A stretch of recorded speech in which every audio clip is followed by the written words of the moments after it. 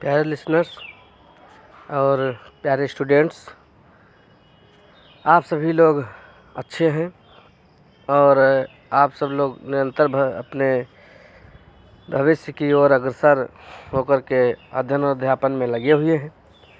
और आज हम आप लोगों को जानकारी देंगे कि जो औरंगजेब है, वो मुग़ल शासक औरंगजेब की क्या इसकी ऐतिहासिक पृष्ठभूमि रही है और औरंगजेब का धर्म, सत्ता और इतिहास का सबसे विवादित बादशाह रहा।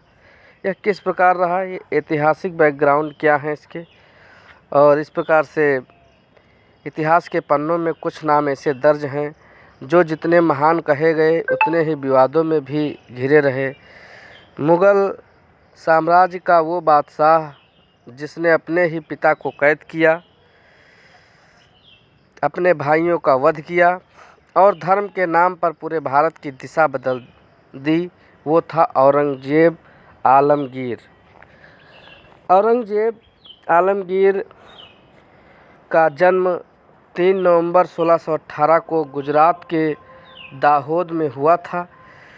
वो शाहजहां और मुमताज़ महल का तीसरा पुत्र था। बचपन में ही उसमें कठोर अनुशासन और धार्मिकता का भाव था। वो तलवार चलाने में भी निपुण था और कुरान का ज्ञाता भी, लेकिन इसी धार्मिकता के आगे चलकर उसके शासन को कठोर बना दिया। इसके बाद आता है कि सत्ता की लड़ाई। सत्ता की लड़ाई उसने किस प्रकार लड़ी और किस प्रकार से अपने परचम को लहराया और किस प्रकार से चतुराई दिखाते हुए अपने कार्यों को संपन्न किया। शाहजहां के 4 पुत्रों में सत्ता के लिए भयंकर संघर्ष हुआ। दारा शिकोह, शुजा, मुराद और औरंगजेब। औरंगजेब ने चतुराई और युद्ध नीति से अपने तीनों भाइयों को हराया। दारा शिकोह को उसने बंदी बनाकर मारा और फिर पिता शाहजहां को आगरा के किले में कैद कर दिया। सन 1658 में उसने स्वयं को सम्राट घोषित किया और बन गया भारत का छठा मुग़ल बादशाह। भाग 3 में हम बताएंगे कि धर्म और शासन की नीति क्या थी उसकी। तो धर्म और शासन की नीति में वह किस प्रकार से जाना जाता था। औरंगजेब ने अपने शासन को इस्लामी नियमों के आधार पर चलाया। उसने संगीत पर प्रतिबंध लगाया, मंदिर तोड़े और जजिया कर फिर से लागू किया। कहते हैं उसने सैकड़ों मंदिर गिराए, पर साथ ही कई हिंदू राजाओं को अपने प्रशासन में ऊंचे पद भी दिए। इतिहासकार आज भी बहस करते हैं, क्या वो कट्टर था या सिर्फ अपने शासन को मजबूत रखना चाहता था। नेक्स्ट आता है इसमें कि नेक्स्ट है 4th, दक्षिण भारत की ओर विस्तार। दक्षिण भारत की ओर विस्तार यानी कि उसने दक्कन यानी दक्षिण भारत में लंबा युद्ध छेड़ा। मराठाओं, बीजाओं और गोलकुंडा के खिलाफ शिवाजी महाराज से उसकी कई बार टक्कर हुई। शिवाजी की बुद्धिमत्ता और युद्ध कौशल ने औरंगजेब की नीतियों को बार बार चुनौती दी। शिवाजी की मृत्यु के बाद भी मराठों ने उसका जीना मुश्किल कर दिया। कहते हैं दक्कन के युद्धों में ही उसकी आधी जिंदगी और खजाना खत्म हो गया। नेक्स्ट 5th नंबर पे आता है कि जीवन का अंत और विरासत। सन 1707 में 88 वर्ष की आयु में और औरंगजेब की मृत्यु हो गई। उसने अपनी कब्र के लिए कोई भव्य मकबरा नहीं बनवाया, बस एक साधारण कब्र बनवाई, और जो आज भी अहमदनगर के पास खुली ज़मीन में है। कहा जाता है उसने अपने हाथों की बुनी टोपी बेचकर अपना अंतिम संस्कार करवाया। इतिहास में औरंगजेब को कुछ लोग धर्म रक्षक कहते हैं तो कुछ लोग धर्म के नाम पर तानाशाह। सच्चाई शायद इन दोनों के बीच कहीं छिपी है। उसका शासन मुग़ल साम्राज्य का सबसे बड़ा विस्तार था, पर उसी के बाद साम्राज्य का पतन भी शुरू हुआ। नेक्स्ट आता है कि भावनात्मक अंत। औरंगजेब का नाम सुनते ही आज भी मन में कई सवाल उठते हैं। क्या वो धर्म का सच्चा अनुयायी था या सत्ता का लोभी शासक? इतिहास हमें सिखाता है कठोरता से शासन तो किया जा सकता है, पर प्रेम से ही दिल जीते जा सकते हैं। नेक्स्ट आता है सुझाव कि औरंगजेब की पेंटिंग प्लस आगरा किला या ताजमहल का बैकग्राउंड क्या था? औरंगजेब जिसने अपने ही पिता को कैद कर लिया, यह इतिहास का सबसे विवादित बादशाह औरंगजेब ही है। क्या आप चाहते हैं कि इस प्रकार से इनके कृतित्व के बारे में हम और अत्यधिक आपको अवगत कराएं, तो लाइक और सब्सक्राइब करना ना भूलें, जिससे समय समय पर हमारी बात आप तक पहुंच सके और आप विभिन्न प्रकार के नए नए रोचक ऐतिहासिक जानकारियां प्रदान करते रहें। और कुछ ऐसी चीज़ें हैं जिनका बखान हमें इतिहास में तो मिलता ही है, वरन इसको आज के समाज के परिवेश से जोड़कर नहीं देखा जा सकता, क्योंकि ऐतिहासिक घटनाएं जो हैं हमें कुछ चीज़ों के बारे में याद अवश्य दिलाती हैं, जिससे हमारे परिवेश में होने वाले क्रियाकलापों के बारे में हमें जानकारी मिलती है। और कई तरह से कई वक्तव्य ऐसे भी रहे जिसमें कुछ विभेद भी प्रकट होता है। जैसे कि आप सभी जानते हैं कि हर प्रत्येक सिक्के के दो पहलू होते हैं, जो कि हमें समय समय से अवगत कराता है और हमें जानकारी देता है। इस प्रकार से हम यहाँ जानेंगे कि कौन सी पृष्ठभूमि किस प्रकार से हमें बतलाती है और किस प्रकार की जानकारी देती है, यह सब हम जानने के लिए प्रयासरत हैं। तो इसी संबंध में हम आपको निम्न बातों से भी अवगत कराना चाहेंगे, जो कि औरंगजेब के शासनकाल के समय हुई। जैसे कि 1 नवंबर 1661 ईस्वी को मीर जुमला ने कुचक्कार की राजधानी को अपने अधिकार में कर लिया था। असम पर उस समय अहोम जाति के लोग शासन कर रहे थे। मीर जुमला ने अहोमों को परास्त कर 1662 ईस्वी में गढ़गांव पर अधिकार कर लिया। अप्रैल 1663 ईस्वी में मीर जुमला की मृत्यु के बाद शाइस्ता खां को बंगाल का सूबेदार बनाया गया। उसने 1663 ईस्वी में चटगांव को अपने कब्जे में कर लिया था, परंतु 1667 ईस्वी में असम के राजा चक्रध्वज ने राजधानी गुवाहाटी पर कब्जा कर लिया। कालांतर में असम के आंतरिक संघर्ष का फायदा उठाकर मुगलों ने 1670 ईस्वी में कामरूप के अलावा शेष असम पर पुनः अधिकार कर लिया। इस प्रकार से जो है मुहिमुद्दीन मोहम्मद औरंगजेब का जन्म 3 नवंबर 1618 ईस्वी को उज्जैन के दोहर नामक स्थान पर मुमताज़ के गर्भ से हुआ था। औरंगजेब का बचपन का अधिकांश समय नूरजहाँ के पास बीता। 1643 ईस्वी में औरंगजेब को 10,000 जात एवं 4,000 सवार का मनसब प्राप्त हुआ। ओरछा के जूझर सिंह के विरुद्ध औरंगजेब को प्रथम युद्ध का अनुभव प्राप्त हुआ। 18 मई 1637 ईस्वी को फारस के राजघराने की दिलरास बानो बेगम के साथ औरंगजेब का निकाह हुआ। 1636 ईस्वी से 1644 ईस्वी एवं 1652 ईस्वी से 1658 ईस्वी तक औरंगजेब दक्षिण की सूबेदारी के पद पर रहा। दक्कन के अलावा औरंगजेब गुजरात 1645, मुल्तान 1640 एवं सिंध का भी गवर्नर रहा। आगरा पर कब्जा कर जल्दबाजी में औरंगजेब ने अपना अबुल मुजफ्फर महिउद्दीन मुजफ्फर औरंगजेब बहादुर आलमगीर की उपाधि से 31 जुलाई 1658 ईस्वी में करवाया। खानवा एवं देवराई के युद्ध में सफल होने के बाद 15 मई 1662 ईस्वी को औरंगजेब ने दिल्ली में प्रवेश किया। शाहजहां के शानदार महल में जून 1662 ईस्वी को औरंगजेब का दूसरी बार राजाभिषेक हुआ। औरंगजेब के सिंहासनारूढ़ होने पर फारस के शाह ने मैत्री स्वरूप बुदाक बेग के नेतृत्व में एक दूत मंडल भेजा। औरंगजेब का साम्राज्य विस्तार किस प्रकार रहा? अपने साम्राज्य विस्तार के अंतर्गत औरंगजेब ने सर्वप्रथम असम को अपने अधिकार में करना चाहा। उसने मीर जुमला को बंगाल का सूबेदार नियुक्त किया और उसे असम को जीतने की जिम्मेदारी सौंपी गई। इस प्रकार से औरंगजेब की दक्षिण नीति के बारे में भी हम लोग जानेंगे। दक्षिण नीति जो थी, अपनी साम्राज्यवादी प्रवृत्ति के कारण दक्षिण के राजाओं को औरंगजेब जीतना चाहता था।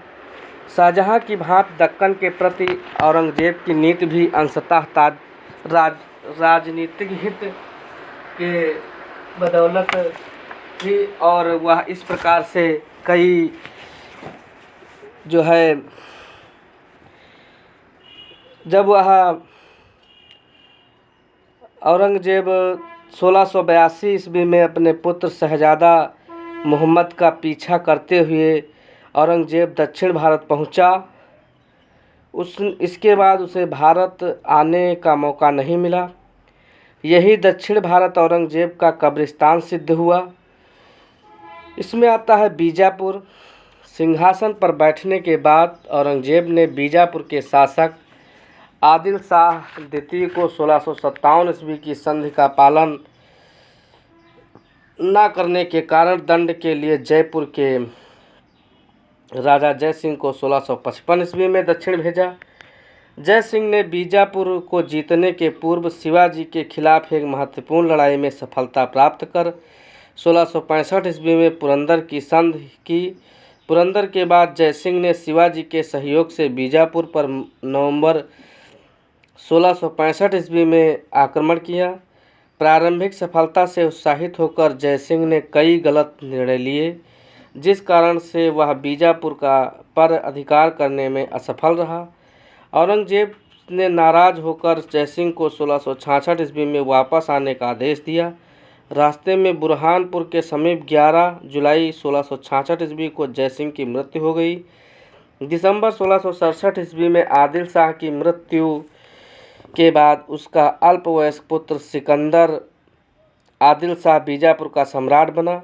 उसके समय में बीजापुर में दो गुट, एक ख्वास खां के नेतृत्व में एवं दूसरा बहलोल खां के नेतृत्व में सक्रिय था। दोनों गुटों के आंतरिक मतभेदों का फायदा उठाकर मुगल सूबेदार बहादुर खान ने 1676 ईस्वी में बीजापुर पर आक्रमण किया, परंतु अभियान असफल रहा। 1679 ईस्वी में दिलेर खां को दक्कन का सूबेदार बनाकर बीजापुर को जीतने का अधिकार सौंपा गया। उसके सहयोग हेतु शाह आलम भी दक्षिण आया, परंतु इन दोनों को भी असफलता का सामना करना पड़ा। प्यारे लिसनर्स, यहाँ पे हम यह भी बताना चाहेंगे कि अप्रैल 1685 ईस्वी में शहजादा आजम के नेतृत्व में मुगल सेनाओं ने बीजापुर पर आक्रमण किया। कई महीनों तक दुर्ग को घेरे रखा और फिर भी कोई सफलता न लगने पर 13 जुलाई 1685 ईस्वी को स्वयं सम्राट औरंगजेब ने आक्रमण की कमान अपने हाथों में ले ली। परिणाम स्वरूप 12 सितंबर 1686 ईस्वी को बीजापुर के शासक सिकंदर शाह ने आत्मसमर्पण कर दिया। औरंगजेब ने सिकंदर शाह का स्वागत किया और उसे खान का पद दिया तथा 1 लाख रुपये वार्षिक पेंशन दी गई और उसे दौलताबाद के दुर्ग में कैद कर दिया गया, जहां पर 23 अप्रैल 1700 ईस्वी को उसकी मृत्यु हो गई। अंततः बीजापुर मुगल अधिकार में आ गया। अब इसी में आता है गोलकुंडा। 1656 ईस्वी में गोलकुंडा सुल्तान एक मुगल सम्राट के बीच हुई संधि की अवहेलना करने मुगलों के साथ संघर्ष में बीजापुर एवं मराठों का सहयोग करने तथा हीरे जवाहरात सोने चांदी की खानों की भरमार के कारण ही औरंगजेब जो था वह गोलकुंडा पर अधिकार करना चाहा। गोलकुंडा पर औरंगजेब के सैनिक अभियान के समय वहां का शासक अयोग्य एवं विलासप्रिय अबुल हसन ही था। अबुल हसन शासन के कार्यों की जिम्मेदारी मदन्ना एवं अकन्न नामक ब्राह्मणों के हाथ में थी और औरंगजेब ने जुलाई 1685 ईस्वी में मुअज्जुम को खान जहां के साथ गोलकुंडा पर अधिकार के लिए भेजा। सुल्तान अबुल हसन ने डरकर मुगलों की सभी शर्तों को मानकर संधि कर ली, परंतु कालांतर में सुल्तान ने संधि की अवहेलना करनी शुरू कर दी, जिस कारण स्वयं सम्राट औरंगजेब द्वारा 7 फरवरी 1687 ईस्वी को आक्रमण की बागडोर संभालते हुए लगभग 8 महीने के अथक प्रयत्न के बाद भी सफलता नहीं मिली तो औरंगजेब ने अब्दुल गनी नामक एक अफगान सरदार को लालच देकर किले का फाटक खुलवा लिया और 1697 ईस्वी को दुर्ग पर अधिकार कर लिया। सुल्तान को 50,000 की वार्षिक पेंशन देकर दौलताबाद के किले में कैद कर दिया गया। साथ ही गोलकुंडा का पूर्ण विलय मुगल साम्राज्य में हो गया। इस प्रकार कहा जाता है कि जिस प्रकार अकबर ने असीरगढ़ का किला सोने की कुंजियों से खोला, उसी प्रकार औरंगजेब ने गोलकुंडा का किला सोने की कुंजियों से खोला। औरंगजेब और मराठा संघर्ष के बारे में विस्तृत जानकारी हम आप लोगों को कराएंगे और इसलिए जो है ध्यानपूर्वक आप लोग सुनेंगे, समझेंगे और जो इनके प्रयास हैं, जिस प्रकार से हम प्रयास कर रहे हैं, तो इसके जीवन काल के बारे में जानकारी प्रदान कर रहे हैं। आप लोग को ये दिलचस्प लगे तो लाइक और सब्सक्राइब ज़रूर करें और निरंतर बने रहने के साथ हमारे साथ इन चीज़ों का आनंद उठाएंगे। औरंगजेब एवं मराठा संघर्ष फर्स्ट ऑफ ऑल इसमें आता है मुगलों ने से शिवाजी का पहला संघर्ष 1656 ईस्वी में हुआ, जब शिवाजी ने अहमद नगर एवं जुन्नार के किले पर आक्रमण किया। 1659 ईस्वी में शिवाजी ने बीजापुरी सरदार अफजल खां को हराया। 1663 ईस्वी में मुगल सूबेदार शाइस्ता खां को पराजित किया। शिवाजी की दक्षिण में बढ़ती हुई शक्ति को कुचलने के लिए औरंगजेब ने जयसिंह को दक्षिण भेजा। जयसिंह एवं शिवाजी के मध्य 22 जून 1665 ईस्वी को सुप्रसिद्ध पुरंदर की संधि संपन्न हुई। संधि की शर्तों के अनुसार शिवाजी ने 4 लाख हूण वाले 23 किलो मुगलों को सौंप दिए तथा अपने पुत्र शंभू को मुगल सेवा में भेजकर जयसिंह के कहने पर खुद 22 मई सन 1666 ईस्वी को आगरा किले के दीवाने आम में औरंगजेब के समक्ष प्रस्तुत हुआ। यहाँ से शिवाजी फरार हो गए। इसके बाद शिवाजी 3 वर्षों तक मुगलों के साथ शांतिपूर्वक रहे। औरंगजेब ने उन्हें राजा की उपाधि तथा बरार में एक जागीर दी तथा उनके पुत्र शंभू को पंचघनी सरदार के पद पर नियुक्त किया। शिवाजी ने रायगढ़ में 16 जून 1674 ईस्वी को अपना राज्याभिषेक करवाकर छत्रपति की उपाधि धारण की। प्यारे लिसनर्स और विद्यार्थियों, 14 अप्रैल 1680 ईस्वी को उनकी मृत्यु के बाद उसका पुत्र शंभू मराठा शासक बना। औरंगजेब ने एक संघर्ष में 1 मार्च 1989 ईस्वी को उसकी हत्या कर रायगढ़ पर अधिकार कर लिया। औरंगजेब को मराठों के संघर्ष में काफ़ी धन की हानि सहनी पड़ी। इस प्रकार से औरंगजेब एवं मराठा संघर्ष हुआ। आप सभी लोगों को इससे परिचय करा दिया गया है और अब हम जानेंगे कि औरंगजेब के विरुद्ध हुए महत्वपूर्ण विद्रोह कौन से थे। जब औरंगजेब का तानाशाह शासक रवैया बढ़ता गया, तब समय के अनुसार एक जिस प्रकार हमने बताया प्रत्येक सिक्के के दो पहलू होते हैं, उसी प्रकार कुछ परिस्थितियां बदली और औरंगजेब के विरुद्ध हुए महत्वपूर्ण विद्रोह शुरू हो गए। औरंगजेब की नीतियों के विरुद्ध हुए विद्रोहों के पीछे महत्वपूर्ण कारण था जाटों का विद्रोह था और किसानों एवं भूमि से जुड़े हुए विवाद। सिखों के विद्रोह के पीछे धार्मिक कारण, राजपूतों के विद्रोह के पीछे उत्तराधिकार की समस्या एवं अफगानों के विद्रोह के पीछे एक अलग अफगान राज्य के गठन की भावना कार्य कर रही थी। इस प्रकार से फर्स्ट ऑफ ऑल आता है जाट विद्रोह। धार्मिक असहिष्णुता एवं किसान विरोधी औरंगजेब की नीतियों के कारण ही मथुरा में प्रथम हिंदू विद्रोह जाट नेता गोकुला के नेतृत्व में 1669 ईस्वी में शुरू हुआ।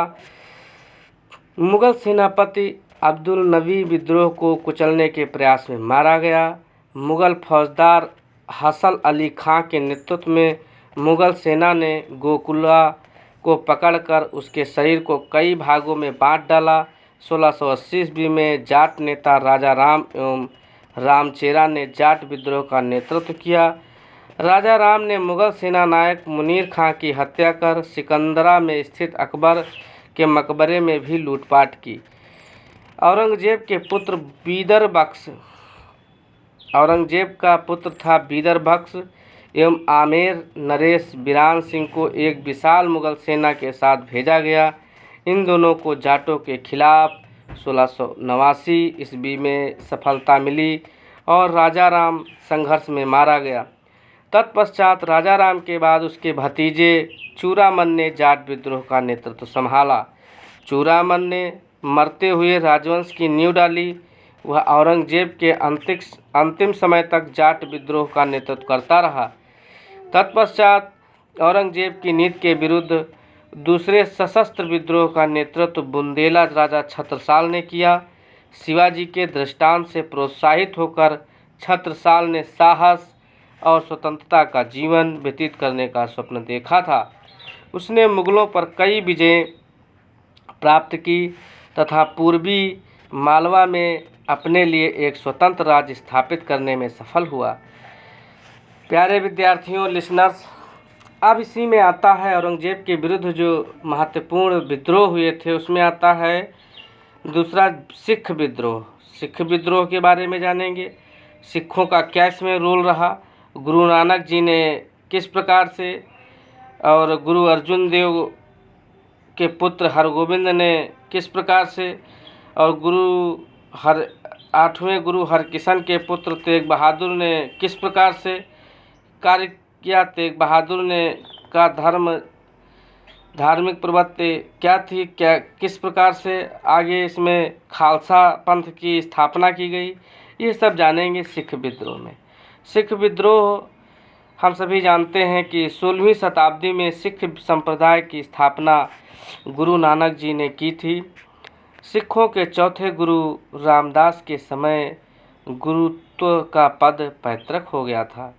प्यारे विद्यार्थियों, 5वें गुरु अर्जुन देव के समय में प्रसिद्ध सिख ग्रंथ गुरु ग्रंथ साहिब का संकलन किया गया और इस प्रकार से दोस्तों अमृतसर के प्रसिद्ध स्वर्ण मंदिर का निर्माण उन्हीं के समय हुआ, जिसके लिए सम्राट अकबर ने भूमि उपलब्ध कराई थी। गुरु अर्जुन ने सिख संप्रदाय को दृढ़ता प्रदान करने का प्रस्ताव किया। विद्रोही शहजादे खुसरो को गुरु ने अपना आशीर्वाद दिया था, जिसकी वजह से 1606 ईस्वी में जहांगीर ने गुरु को फांसी दे दी। गुरु अर्जुन देव के पुत्र हरगोविंद ने शाहजहां के विरुद्ध विद्रोह कर उसकी सेना को 1628 ईस्वी में हरा दिया। 8वें गुरु हरकिशन के पुत्र तेग बहादुर ने औरंगजेब की नीतियों का विरोध किया, जिसकी वजह से उसे दिल्ली में कैद कर इस्लाम न स्वीकार करने के कारण दिसंबर 1765 ईस्वी में हत्या कर दी गई। तत्पश्चात तेग बहादुर ने अपने धर्म को जीवन से अधिक पसंद किया। तेग बहादुर ने अपने धर्म को जीवन से अधिक पसंद किया। सिख गुरुओं में सर्वाधिक महत्वपूर्ण गुरु गोविंद सिंह थे।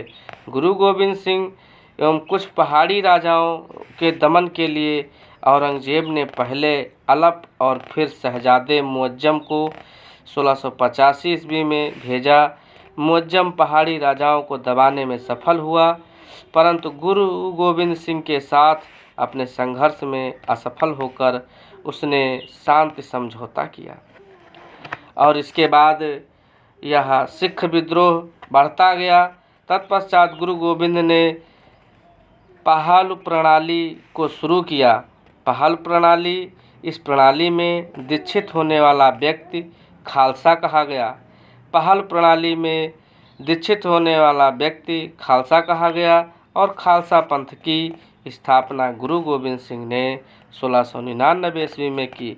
और अत्यधिक विस्तार से जानेंगे तो यहाँ पर देखेंगे कि जो सिख विद्रोह था, उनके धर्म में दीक्षित होने वाले व्यक्ति को पंच ककार, यानी कि पंच ककार में फर्स्ट ऑफ ऑल आता है केस, सेकंड कंघा, थर्ड कृपाण, फोर्थ कच्छ और फिफ्थ कड़ा ग्रहण करना पड़ता था। यह पंच ककार है, जो कि धर्म में दीक्षित होने वाले व्यक्ति को पंच ककार ग्रहण करना पड़ता था। उनके द्वारा ही नाम के अंत में सिंह शब्द का प्रयोग हुआ। गुरु गोविंद ने 10वें बादशाह का ग्रंथ नामक एक पूरा ग्रंथ का संकलन किया। एक धर्मोन्मत्त अफगान ने 1708 ईस्वी के अंत में गोदावरी के निकट नांदेव नामक स्थान पर गुरु गोविंद सिंह को छुरा मारकर उनकी हत्या कर दी। और इस निर्मम हत्या, जो गोदावरी के निकट नांदेव नामक स्थान पर गुरु गोविंद सिंह को छुरा मार दिया गया और इस प्रकार उनकी हत्या कर दी जाती है, तो यह बहुत ही अशोभनीय कार्य रहा। और इस मार्मिक हत्या से विचलित होकर के 1701 ईस्वी में औरंगजेब ने कुछ पहाड़ी राजाओं के सहयोग से गुरु गोविंद सिंह के दुर्ग आनंदपुर पर आक्रमण कर दिया। आक्रमण के समय मुगल सेना का नेतृत्व सरहिंद के सूबेदार वजीर खान ने किया। कई महीने के घेराव के बाद सिख गुरु को आनंदपुर से भागकर चमकौर में शरण लेनी पड़ी। मुगल सेना के चमकौर पहुंचने पर गुरु अपना रूप बदलकर 1704 ईस्वी को भागकर खिदराना यानी कि फिरोजपुर पहुँचे। इस अंतिम युद्ध में गुरु गोविंद सिंह ने मुगल सेना को परास्त कर दिया। 1707 ईस्वी में औरंगजेब की मृत्यु के बाद क्रमशः मुगल शक्ति क्षीण होती गई और इस प्रकार से तत्पश्चात सिख विद्रोह और बढ़ता गया, जिसमें सिख सरदारों ने इस अवसर का फ़ायदा उठाकर छोटे छोटे स्वतंत्र राज्य स्थापित कर लिए।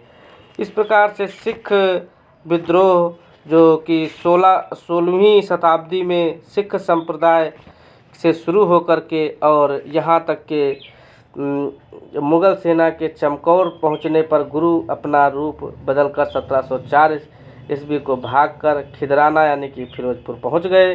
इस अंतिम युद्ध में गुरु गोविंद सिंह ने मुगल सेना को परास्त कर दिया।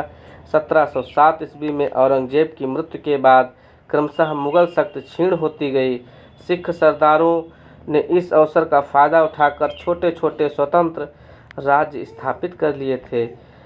प्यारे दोस्तों, किसी अफगान सरदार द्वारा नांदेड़ नामक स्थान पर 1708 ईस्वी में गुरु गोविंद सिंह की हत्या कर दी गई। सिख संप्रदाय के वे अंतिम गुरु थे। नेक्स्ट आता है इसमें सतनामी विद्रोह। सतनामी विद्रोह क्या है? सतनामी विद्रोह के बारे में हम जानने का प्रयास करेंगे।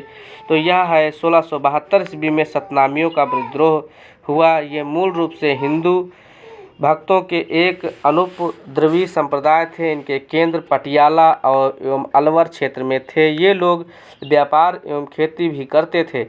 धर्म के मामलों में उन्होंने सतनाम की उपाधि से अपने को सम्मानित किया। सतनामियों के विद्रोह का तात्कालिक कारण था एक मुगल पैदल सैनिक द्वारा उनके एक सदस्य की हत्या।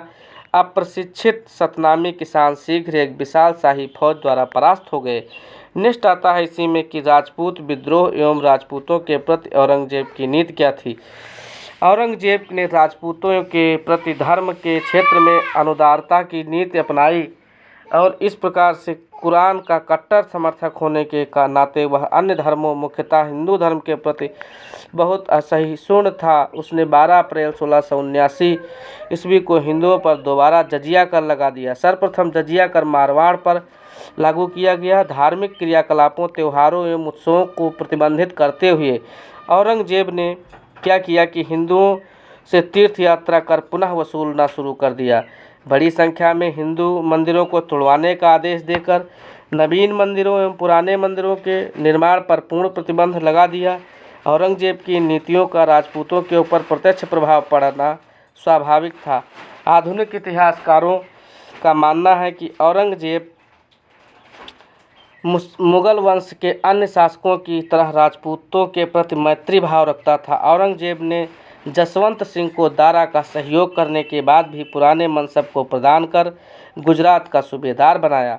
तत्पश्चात औरंगजेब के समय में हिंदू मनसबदारों की संख्या लगभग 33% थी, जबकि शाहजहां के समय में यह प्रतिशत मात्र 24.7% था। फिर भी यह कहा जा सकता है कि राजपूतों के प्रति औरंगजेब की नीति सदैव सहिष्णुता की नहीं थी। राजपूतों के प्रति उसकी कठोर नीति का सर्वाधिक महत्वपूर्ण कारण था राजपूत सरदारों द्वारा उत्तराधिकार की लड़ाई लड़ा जाना। मिर्जा राजा सिंह जयसिंह अपनी मृत्यु तक यानी कि 1667 ईस्वी को औरंगजेब का मित्र बना रहा। जयसिंह का पुत्र राम सिंह मराठों का कट्टर समर्थक था। इस प्रकार से अब आता है कि जो है आपका मारवाड़ पर अधिकार कैसे होता है। मारवाड़ पर औरंगजेब की निगाहें काफ़ी दिन से गड़ी थीं। 20 दिसंबर 1678 ईस्वी के जामरूद के महाराजा यशवंत की मृत्यु के बाद औरंगजेब ने उत्तराधिकारी के अभाव में मारवाड़ पर मुगल साम्राज्य का बहुत बड़ा कर्ज होने का आरोप लगाकर उसे खालसा के अंतर्गत कर लिया था और तत्पश्चात औरंगजेब ने जसवंत के भतीजे के बेटे इंद्र सिंह राठौर को उत्तराधिकार शुल्क के रूप में 36 लाख रुपए देने पर जोधपुर का राणा मान लिया था। इस प्रकार से कालांतर में महाराजा जसवंत सिंह की विधवा से एक पुत्र पैदा हुआ जिसका नाम था अजीत सिंह रखा गया। औरंगजेब ने जसवंत सिंह के पुत्र और उत्तराधिकारी पृथ्वी सिंह को जहर की पोशाक पहनाकर चालाकी से मरवा दिया। औरंगजेब ने अजीत सिंह और जसवंत सिंह की रानियों को नूरगढ़ के किले में कैद कर दिया। औरंगजेब की शर्त थी कि यदि अजीत सिंह इस्लाम धर्म ग्रहण कर ले तो उसे मारवाड़ सौंप दिया जाएगा। राठौर नेता दुर्गादास किसी तरह से अजीत सिंह एवं जसवंत सिंह की विधवाओं को साथ लेकर जोधपुर भाग आने में सफल रहा और सफलता प्राप्त की। राठौर दुर्गादास को अपने देश के प्रति निस्वार्थ भक्ति के लिए कहा जाता है। औरंगजेब ने 1679 ईस्वी में लहब्बुर खां एवं शहजादे अकबर द्वितीय के नेतृत्व में एक मुगल सैन्य टुकड़ी को मारवाड़ पर आक्रमण के लिए भेजा। इस अभियान में मुगल सफल रहे। मारवाड़ के बाद मुगल सेना ने हसन अली खां के नेतृत्व में मेवाड़ नरेश राज सिंह राणा पर आक्रमण किया। प्यारे लिसनर्स, यदि हमें सुन रहे हैं और ये इंटरेस्टिंग स्टोरी है तो लाइक से और सब्सक्राइब करना ना भूलें और 2, 4, 5, 10 लोगों में शेयर अवश्य करें। इस संघर्ष में दुर्गादास तथा राठौर के सैनिक भी राणा के साथ थे। फिर भी 1 फरवरी 1681 ईस्वी को राणा पराजित हो गया। मेवाड़ मुगलों के अधिकार में आ गया। शहजादा अकबर को वहां का शासन सौंपा गया, परंतु कुछ समय बाद राणा राज सिंह शहजादा अकबर को पराजित करने में सफल रहा। अकबर की पराजय के बाद औरंगजेब ने आजम को चित्तौड़ भेजा। कालांतर में औरंगजेब के 3 पुत्रों अकबर, आजम एवं मुअज्जम ने 3 ओर से मेवाड़ पर आक्रमण किया, परंतु वह आंशिक सफलता ही प्राप्त कर सके। इस बीच औरंगजेब के पुत्र अकबर ने दुर्गादास के बहकावे में आकर अपने पिता के खिलाफ विद्रोह की घोषणा करते हुए स्वयं को 11 जनवरी 1681 ईस्वी को भारत का सम्राट घोषित कर दिया। उस समय अजमेर में पड़ाव डाले औरंगजेब के पास इतने भी सैनिक नहीं थे कि वह विद्रोही शहजादे को दंड दे सके, परंतु सौभाग्य ही था कि नवंबर 1680 ईस्वी में राणा सिंह की मृत्यु के कारण अकबर को वह सहयोग प्राप्त नहीं हो सका जिसकी अपेक्षा से उसने विद्रोह किया था। औरंगजेब कूटनीति के सहारे दुर्गादास को अकबर से अलग करने में सफल हुआ। राजपूतों के सहयोग के अभाव में अंततः अकबर के समर्थक मुगल सम्राट की सेना में मिल गए।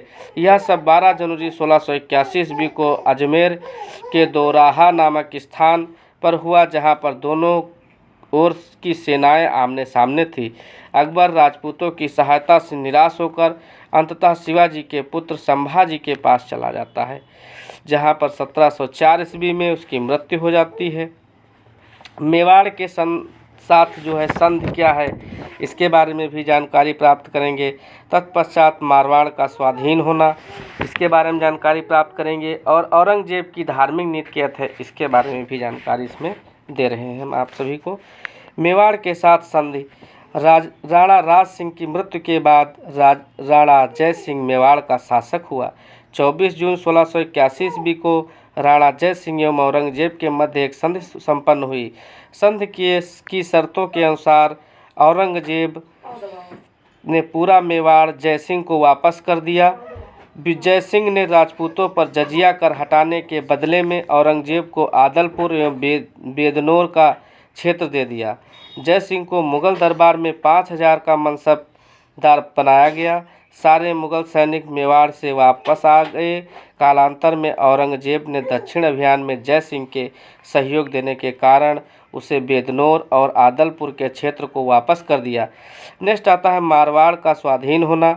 मारवाड़ के अजीत सिंह एवं दुर्गादास तथा औरंगजेब के मध्य लगभग 30 वर्ष तक संघर्ष हुआ। फिर भी मुगल इन राजपूत वीरों को किसी संधि में बांध सकने में अक्षम रहे। अंततः 1707 ईस्वी में औरंगजेब की मृत्यु के बाद 1709 ईस्वी को बहादुर शाह प्रथम ने अजीत सिंह को मारवाड़ के स्वतंत्र शासक के रूप में स्वीकार कर लिया।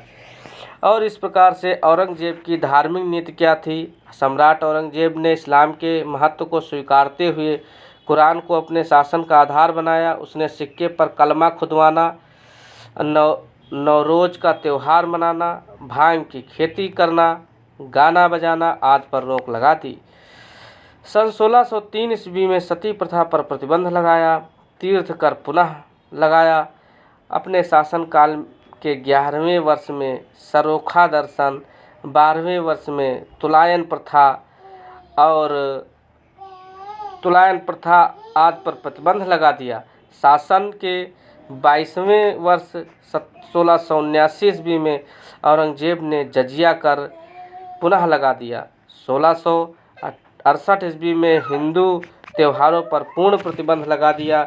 और इस प्रकार से यह इतना क्रूर शासक था कि 1699 ईस्वी में उसने हिंदू मंदिरों को तोड़ने का आदेश दिया।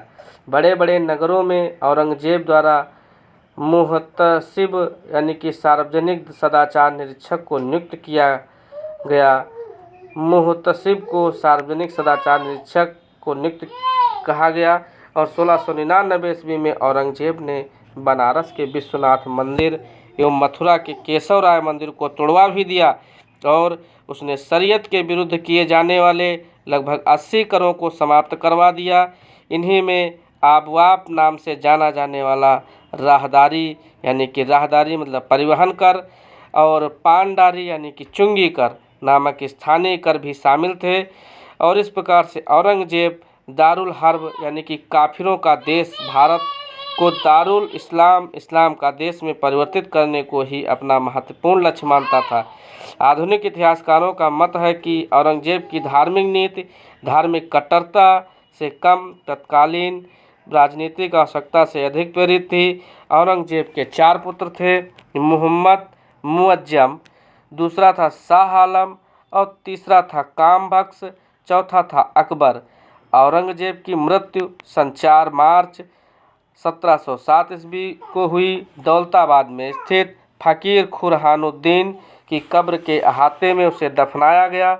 और इस प्रकार से उसका अंत हुआ, जिसने इतिहास में अपनी महत्वपूर्ण भूमिका निभाई, जिसे आज जो है हम सभी इसके कुकृत्यों या कुकृत्यों के बारे में जान रहे हैं। और जो कि मंदिरों को भी तुड़वाने में सफलता हासिल की और जजिया कर को भी पुनः लाया और सरोखा दर्शन 12वें वर्ष में तुलायन प्रथा पर प्रतिबंध लगा दिया। और इस प्रकार से कई जो है आप परिवहन कर यानी राहदारी कर, पानदारी चुंगी कर, और इस प्रकार से औरंगजेब दारुल हर्ब, काफिरों का देश भारत और इस्लाम का देश, इस प्रकार से इसने विभिन्न प्रकार की उपाधियों से इसे नवाजा गया। इस प्रकार से आज औरंगजेब की धार्मिक नीति संपन्न हुई और इसकी पृष्ठभूमि जो है ऐतिहासिक पृष्ठभूमि है जो कि इस प्रकार से है, इसे आप लोग समझें ताकि जो है विभिन्न प्रकार की जो परीक्षाएं हैं उनसे जो है अवगत होते हैं आप, तो कहीं पर भी प्रश्नोत्तर की गलतियां ना करें। जय हिंद, जय भारत।